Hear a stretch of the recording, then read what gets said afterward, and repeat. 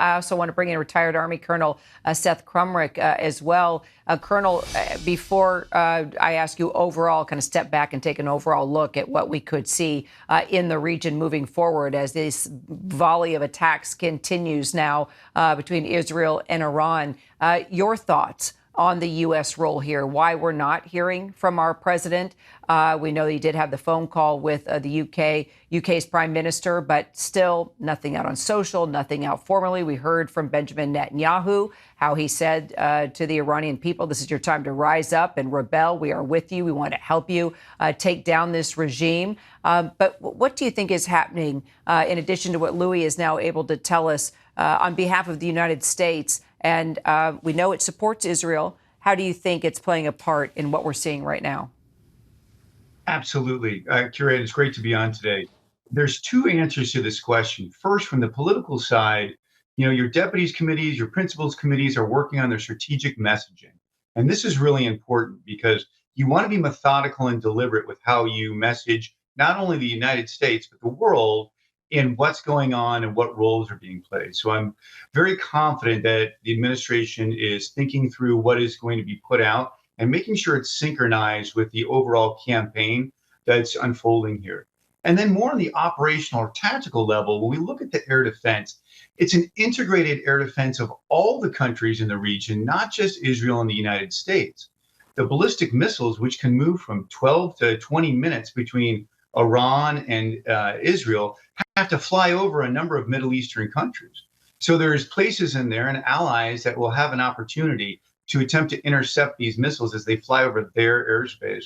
And we have agreements with those countries to assist. So there's a very delicate balance that's being played now between strategic messaging, operational aspects of this, and then those detailed tactical level activities, talking about the commandos on the ground and the drones and that domestic street in Iran.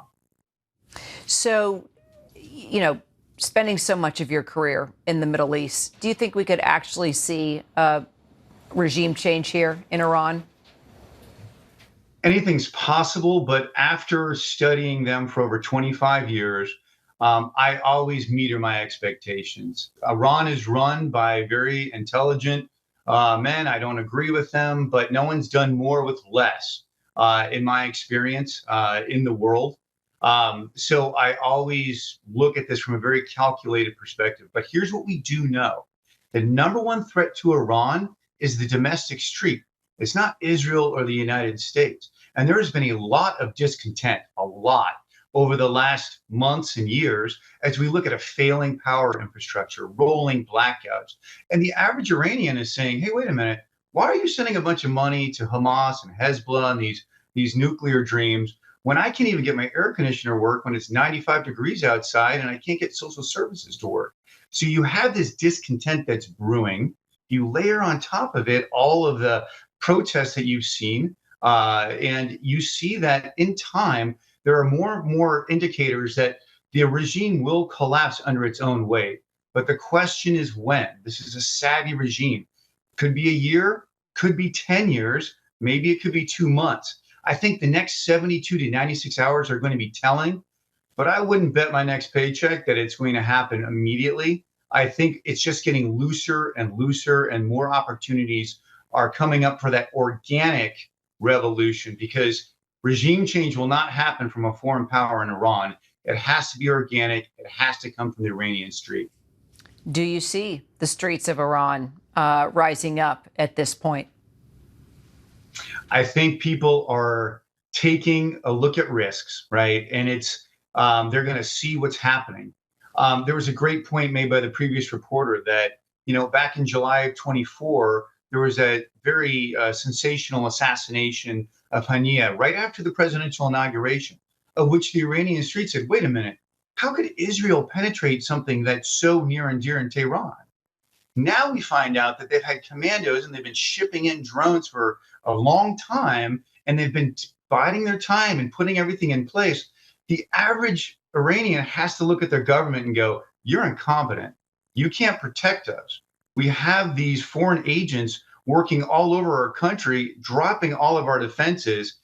You can't keep power going. You can't keep logistics going. There's all sorts of breakdowns. You can't do security.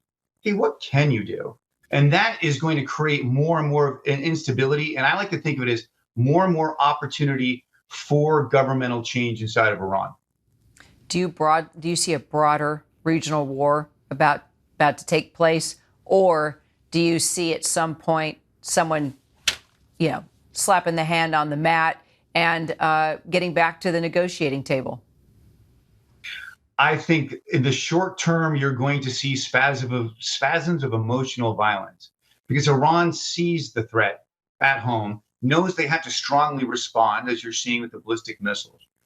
But do I see emotions sway from other countries to support Iran? No.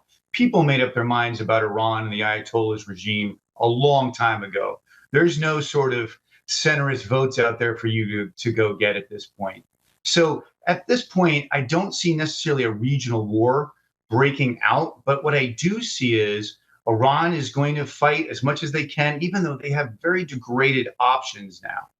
But at some point, as the emotions die down and they have to look at the longevity or what their number one goal is, which is survival, I believe it will shape them back to the negotiating table, and they will be in a position, a much weaker position, to have to negotiate exactly where they don't want to be. But they're going to be out of options, frankly, Kira, and I'm not sure exactly what they think they can do outside of that. The question is going to be, how long is it going to take them to get to the table?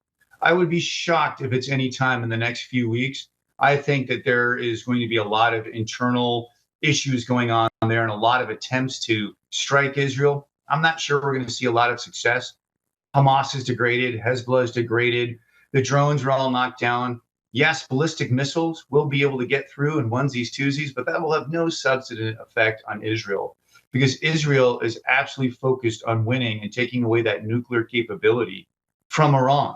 And again, when you look at the Jewish nation, there was a concerted effort to annihilate them 3 generations ago. They have not forgotten about it. They've been very clear on their strategic messaging, and they are not going to allow Iran to have nuclear capabilities.